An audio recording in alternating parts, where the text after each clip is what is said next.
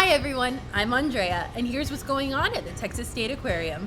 As we continue with our Caribbean Wing construction, we will be undergoing a few temporary changes in order to give you the best aquarium experience possible. For the time being, please note that our main entrance has been moved to the Wild Flight Gate on the left side of the aquarium near the USS Lexington. There's a ticket booth for you and your party to purchase admission. The Caribbean expansion does not affect the daily operations of the aquarium, and all exhibits are still in full swing. The Caribbean Journey Edition will complete the final two phases of the aquarium's original master plan and will transform the Texas State Aquarium from a leading regional aquarium to one of the top aquariums in the nation. The $50 million Caribbean Journey Edition will introduce aquarium guests to the sights, sounds, and vibrant wildlife of the Western Caribbean. For updates on the expansion, you can visit our website at texasstateaquarium.org/Caribbean. Join us for spooktacular fun for the whole family as we celebrate our third annual Green Halloween event on Saturday, October 31st from 10 a.m. to 3 p.m. Bring your family to enjoy a spooky afternoon full of safe, fun, and educational Halloween activities. Green Halloween will be complete with all the things you usually associate with Halloween: decorations, costumes, trick-or-treating, and Halloween music, along with the kinds of sights and experiences you can only find at the Texas State Aquarium.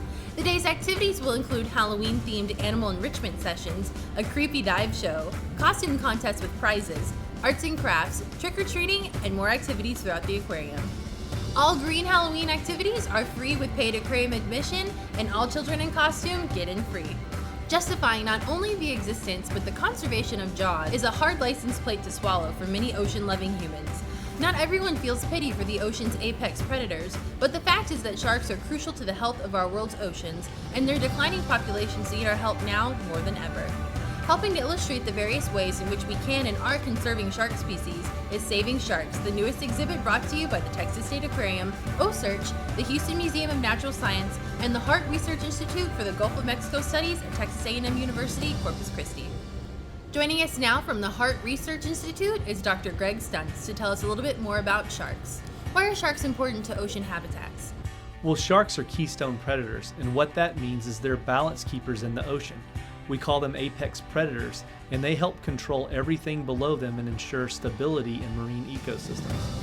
And what are some of the threats to sharks? A primary threat to sharks is overfishing. Many times, commercial fishermen capture them for their fins to make a dish called shark fin soup. And that's become such a popular dish that it's greatly depleted the shark populations in the ocean. Can you describe to us some of your shark tagging research and your collaboration with OSearch? One of the most important things we need to know about sharks is their migration and movement patterns. So we put sophisticated electronic tags in their dorsal fins, which will allow us to track them globally. And we have a really neat new project coming up, and it's a collaboration with OSearch. And they're bringing their large research vessel over, and we'll spend about 20 days at sea tagging sharks to better understand their movement patterns. So as an example of what we do, this is our high-tech version of a dorsal fin, and these are satellite tags. This one happens to be called a spot tag, and we attach it to the dorsal fin of the shark, and it doesn't hurt them. It's very, very painless and very easy on the shark. But every time the shark's fin comes above the water, it sends us a position of where the shark is anywhere in the planet. And what actions can people take to help save sharks? Well, one of the main actions they can take is to ensure we have healthy oceans. If we have plentiful habitats and food supply, there'll be plenty of sharks. How does your work help inspire shark scientists of the future?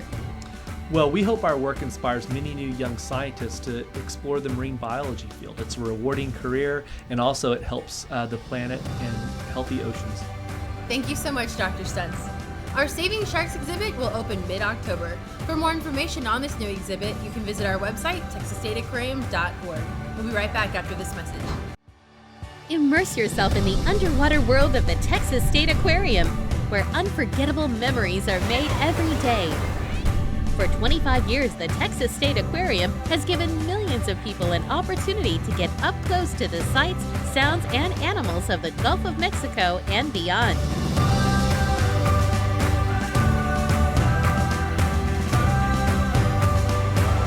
Visit the Texas State Aquarium on North Beach in Corpus Christi. My name is Alexandra Little, and I am a veterinary assistant with the Texas State Aquarium Second Chances Wildlife Hospital. Today we released 5 black-belly whistling ducks that came into our Second Chances Wildlife program whenever they were only about a week old or less. They were all found in high traffic areas with no adults in sight, They were given a few months to kind of grow big and strong and get to the age where they're able to fly, and now they are released back into their natural habitat where they can join their wild population. On October 5th, the Texas State Aquarium's Manager for Distance Learning and Outreach, Zoraida Nanez James, will set sail to the Pacific Ocean on the RV Falcor to explore the world's largest single volcano, Tamu Massif. The expedition, led by Dr. William Sager from the University of Houston, will focus on making high-resolution maps of the volcano and collecting other data to help reveal clues about the volcano's internal structure and how it was formed. Since Tamu Massif is the world's largest single volcano, what kind of questions do people ask you about it? How big is it? How did it get there? Why did we just find out about it recently? And why are we going back? How big is Tamu Massif? Well, to give you an idea, it's about the size of the state of New Mexico, or if you're not from the U.S., about the size of the British Isles. It's as big as the biggest volcano that we know of in the solar system, which is Olympus Mons on Mars. Why was this enormous volcano just recently discovered? Well, because it found a really good place to hide.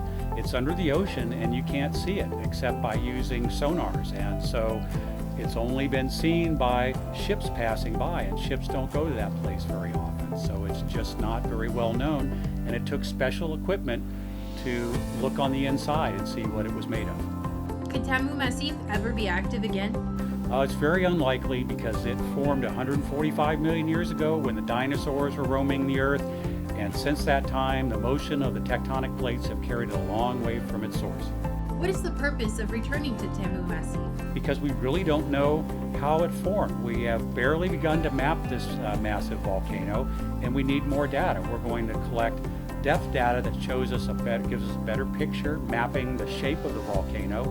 And we're going to collect magnetic data that will show us where the magnetic eruptions occurred and where they occurred to help us understand how this big volcano formed. And how can we join you in your expedition? Well, we'll be on a ship that has really good internet capabilities, so you can log onto the internet and join us live as we do this exploration.